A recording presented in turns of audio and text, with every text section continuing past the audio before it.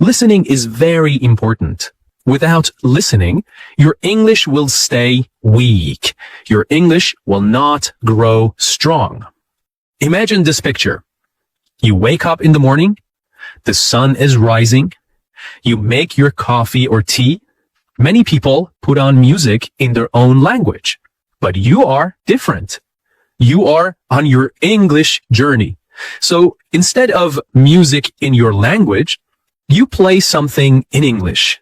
Maybe a podcast, maybe a simple YouTube video like this one, maybe even a song with easy words. You brush your teeth, you prepare breakfast, and in the background, you hear English sounds. Maybe you do not understand everything. That is okay. Understanding is not the only goal at the beginning. What matters is this.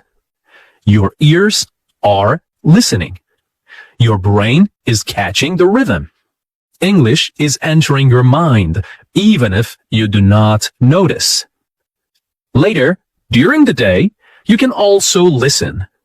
When you go for a walk, put English in your ears. When you are cooking, play something in English.